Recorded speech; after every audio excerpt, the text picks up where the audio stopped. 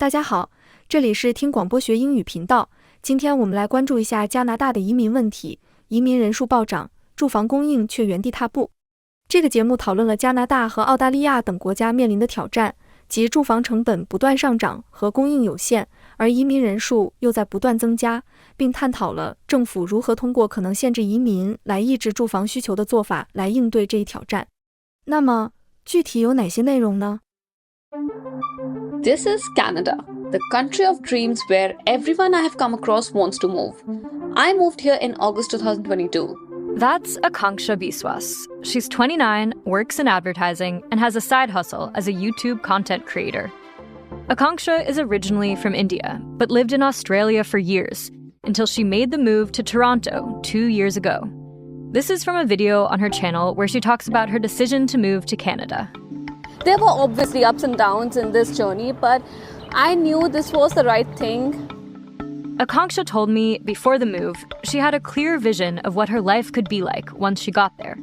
Canada always felt like a really attractive country because I know a lot of people who moved here, and whenever I spoke to them, they always gave like really good reviews. And my partner, we thought, let's try out Canada and see how it is because the cost of living was supposed to be lower here. But when Akanksha arrived in Canada, she quickly realized life there might be harder than she expected. It started with her housing search.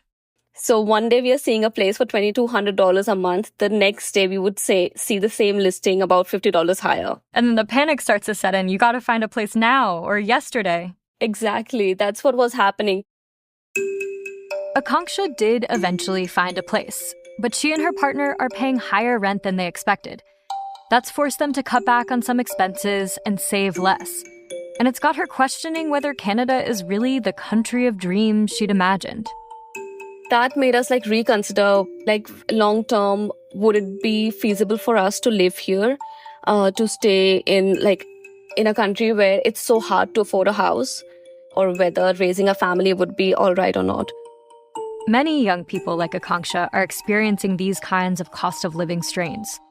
The post-pandemic boom in immigration in some countries is exposing growing gaps between what's happening in the overall economy and at the individual level. And nowhere is that disconnect clearer than in the housing market. One common thread that we see across the advanced economies, Canada, Australia, the UK, is record immigration levels colliding with existing housing shortages. Randy Tanthong Knight is a Bloomberg economics and government reporter based in Ottawa.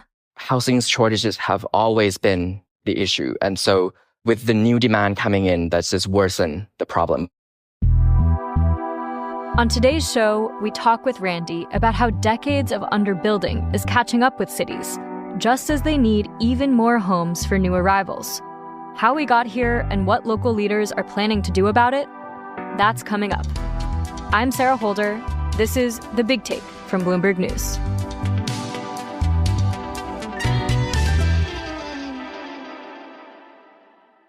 In the past few years, one country that's seen a very rapid increase in new residents is Randy's home base of Canada. And while immigration over the past year and compare with just fewer than 10 in the US, Canada's government encouraged this population growth with policies that made it a lot easier for people to move there, like few limits on temporary migration into the country and ambitious permanent immigration targets. When asked about these policies earlier this year, Canada's Prime Minister Justin Trudeau was unequivocally supportive. One of the things that Canadians understand is that immigration remains an incredible strength and force for Canada and for the Canadian economy. Canada's embrace of immigration was partly driven by a desire to boost its economy. New migrants have long helped fuel the economic growth of other countries, dealing with aging populations, declining birth rates, and labor shortages. For decades, advanced economies used to be able to rely on immigrants to expand workforces and boost economic output. And more recently, these countries started grappling with the economic drag from aging populations. They started relying more on newcomers to fill in some of the shortages. So for a long time, even though there were more people coming in, sharing the pie in these economies, the size of the pie also grew larger. And we ended up with bigger slices. But that's not what we're seeing right now. Randy says that while Canada's economy has avoided a recession and is growing, many residents aren't seeing their own economic prospects advance at the same rate. If you're looking at a per-person basis, some households, some people, especially younger generations and immigrants themselves, they're not moving ahead at all. A lot of people in the younger generations to look back and think, wait, my life was better a year ago, or they were better off a year ago. And this leads to general anxiety that people are feeling, that they were dissatisfied with how the economy is growing. Randy says Canada's immigration and housing policies were made with the current economic landscape in mind. There's nothing wrong with having an ambitious immigration policy, but that aspiration has to be matched with equally ambitious planning. Immigration-led population growth, especially at the pace and scale we've seen after the pandemic, I think requires a change in the way we do things, especially on housing. We can't rely on the same forces, hoping that the market will eventually catch up.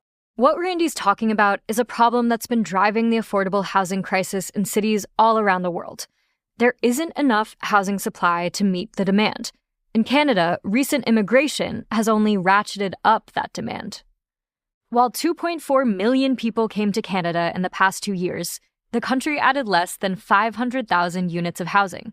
That means Canada absorbed a population larger than the entire state of New Mexico, while building barely enough to house the population of Albuquerque.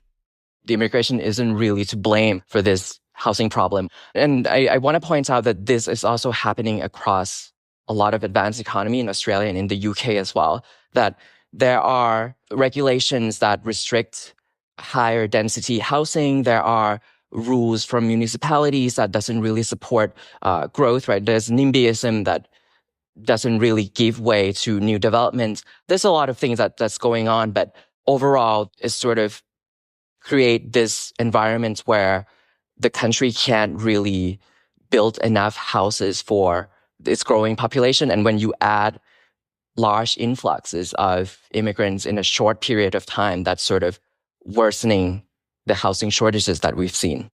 With supply so limited, homes on the market have become a lot more expensive to rent or buy. And Randy says that in Canada, wages and income growth haven't kept up with these higher prices. Millions of Americans are also facing a housing affordability crisis, but their real disposable income growth has stayed above the rise in home prices over much of the past 2 decades, right? But not so much in Canada or in Australia.